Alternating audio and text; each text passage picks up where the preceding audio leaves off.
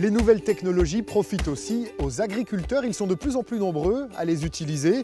Des outils permettent par exemple de ne rien laisser au hasard pour semer ou pour fertiliser. Dernier né, le drone qui permet une analyse précise de chaque parcelle et qui est utilisé sur 100 000 hectares en France aujourd'hui contre seulement 3 000 hectares en 2012. Alors, ces nouvelles technologies sont-elles si répandues? Quelles sont celles qui ont révolutionné les cultures? Bienvenue chez Alexandre, agriculteur à Varèse en Charente-Maritime.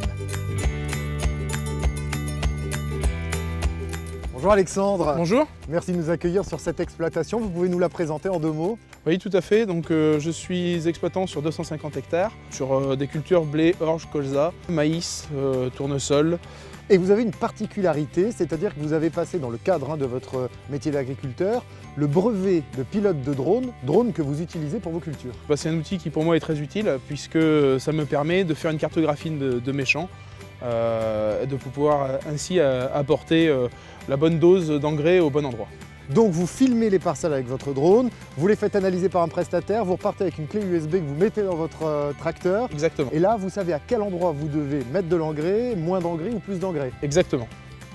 Vous avez aussi une autre technique qui est l'utilisation de cartes satellites. C'est un petit peu différent que le drone. Les cartes satellites, c'est complémentaire avec les cartes des drones. Il n'y a qu'une différence qui est la précision et la définition. Avec un satellite, on est de l'ordre de 10-20 mètres par carré.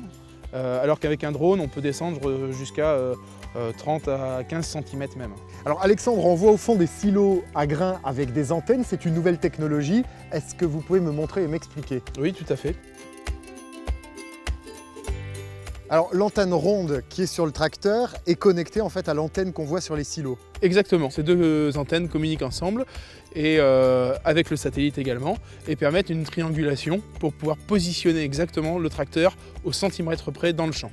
Ça veut dire que via ces antennes, le tracteur peut se guider tout seul? Exactement, le tracteur s'auto-guide tout seul, l'utilisateur n'a juste qu'à indiquer l'endroit ou la ligne à suivre et le volant va tourner tout seul et suivre la ligne définie par l'agriculteur. Quel est l'intérêt pour l'agriculteur d'utiliser cet autoguidage?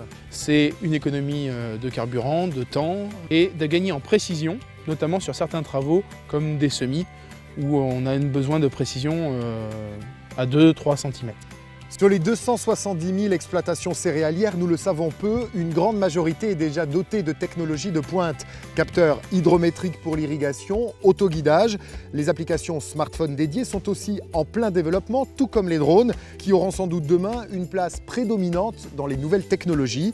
En un an, Alexandre et ses collègues ont d'ailleurs multiplié leur activité par 5.